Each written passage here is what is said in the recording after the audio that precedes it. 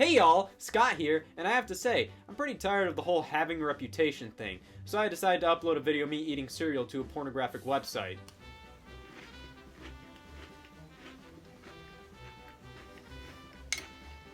I'm not a fan of having an image, and a good one at that, so let's kill all remaining reputation I have after the whole cereal porn debacle by talking about how awful Breath of the Wild is, why Nintendo is doomed, and why I'm rooting for leprosy. Because I'm that evil of a human being. First off, let's set a few things straight. I have never beaten a Zelda game. Until Breath of the Wild. I know, I'm one of those fake fans. Listen, I've played a ton of Zelda games and greatly enjoyed them all.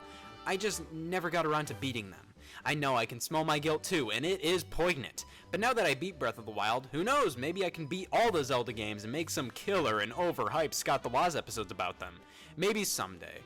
But as you all probably assumed, I'm going to be talking about a few issues Breath of the Wild has. These issues can range from actual flaws to minor nitpicks, but regardless, these are the things I found problematic in Breath of the Wild.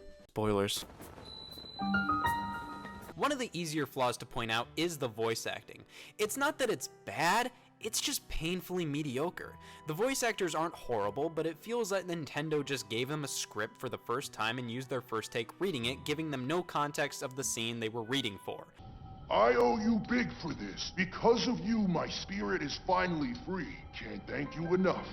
Almost all characters have a weird variance in tone throughout one sentence. A lot of the times, they make weird pauses or don't pause at all where they should have. Also, I always felt that people wanted voice acting in Zelda to combat the 60 acres of text one would have to read in each game. There is still a lot of text in this game that isn't voice acted, and voice acting is only really in important cutscenes, and it doesn't even really last that awfully long. Like I said, the voice actors do the job and get decent enough voice acting in a Zelda game, but man, it could have been so much better. I really do quite like the shrines in Breath of the Wild. They house nice little bite-sized dungeons with excellent puzzles that have 1 to 3 steps involved. The spirit orbs obtained from them can be exchanged for heart containers or more stamina, which makes finding and completing the shrines that much more enticing and rewarding. Plus, they can be used as fast travel points, which makes traversing the world a breeze. What I don't like about the shrines is that they all look the same. I know there's 120 of them, so having a different design for them all would have been asking a bit much, but it would have been nice if there were 4 or 5 different shrine interior designs, so every 30 or so shrines were different, just so then it's more interesting when you discover them, because who knows what it'll look like inside. Every time I enter a shrine, the layout of the room feels automatically generated by a computer. The puzzles obviously feel like they were made by a person, but the room I explore feels the exact same as the other 119 rooms I can explore. Here's the thing about weapon degradation. I think it's incredibly smart in this game. It forces you to use unconventional weapons against enemies and learn how to use your resources wisely. By the end of the game, since you had to use basically all the weapons in the game to defend yourself, you're a pro with the combat. That being said, I can't sit here and pretend the weapons breaking so quickly isn't annoying. I like the fact that they break, it forces the player to be creative and smart with combat, but I would have liked each weapon to be a bit more durable with a few extra hits. Easy target, so I won't linger on this sucker for that long, but yeah, the frame rate can blow sometimes. It never made the game unfair or anything, but it is annoying and sometimes makes me feel like my Switch is going to puke. You beat the final boss, the enemy that has been built up since the very beginning of the game, Calamity Ganon and Dark Beast Ganon. The final fights are great, just an epic feeling to them. Like I said with the weapon degradation, that factor forced me to master the combat in the game, so flurry rushes and smart uses of my runes and weapons were abundant, and I didn't die once on the final boss, but that's not to say it was easy. After getting the last hit in, Zelda is free and asks Link if he remembered her. Post-credits, the champions in King Rome's spirits are freed, and if you recalled all the memories, you get an extra cutscene showing Link and Zelda about to embark on reconstructing Hyrule. And then, you go back to the main menu, seeing that the last save point in the game was right before entering the final boss. The only thing you get for beating the final boss is a star on your profile.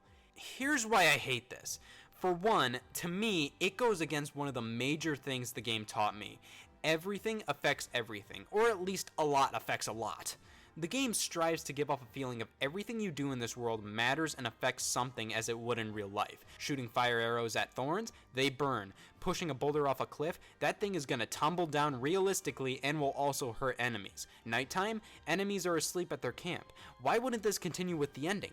Why isn't Hyrule Castle ridden of Ganon's evil? I wanted to explore the castle without all the evil goop and enemies in it.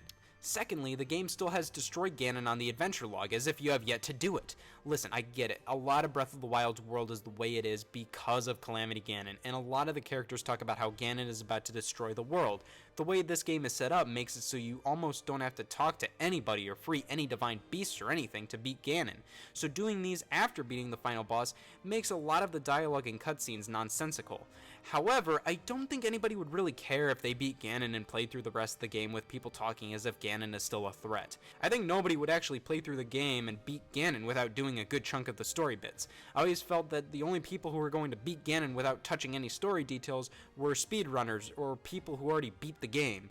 But at the very least, the game could have thrown you something for beating the final boss, a piece of armor, weaponry, whatever. Just something to have because you faced evil in the eye and defeated Ganon rather than just a star on your profile. Without being able to see that Hyrule Castle is now free of evil or any kind of tangible reward, I just kind of felt empty after beating the final boss.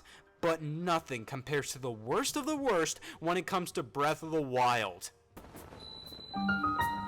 I know, Zelda and Link aren't conventionally lovers. They were in Skyward Sword, but here Link is basically a knight who vows to protect Zelda. But man, I just wanted Zelda to hug Link or something at the end. She is so focused on being a vital part of Hyrule and to be more than just the princess. And in the memories, she's cold towards Link at first, but gradually warms up to him and eventually treats him as a great friend.